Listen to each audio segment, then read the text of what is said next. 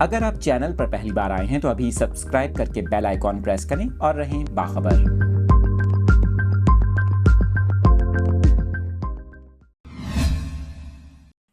آپ کے ساتھ اس وقت یہ اہم خبر شیئر کر رہے ہیں۔ 2 روز تک گیس کی سپلائی بند کرنے سے متعلق فیصلہ کیا گیا ہے۔ اس حوالے سے سوئی سدرن گیس کمپنی کی جانب سے صوبہ سندھ میں 2 روز گیس کی سپلائی کو بند کرنے سے متعلق اسٹیٹمنٹ بھی جاری کی گئی ہے۔ 2 دن گیس فیلڈ سے گیس کی سپلائی میں کمی کے باعث تمام جنرل انڈسٹریز اور ان کے بجلی پیدا کرنے والے یونٹس کو 48 گھنٹے تک تقریباً گیس کی فراہمی معطل کی جائے گی۔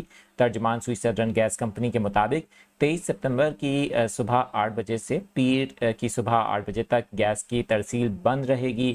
سی این جی اسٹیشنز جو ہیں صوبہ سندھ میں وہ بھی 2 روز تک بند رہیں گے، جہاں پر گیس کی سپلائی معطل ہوگی۔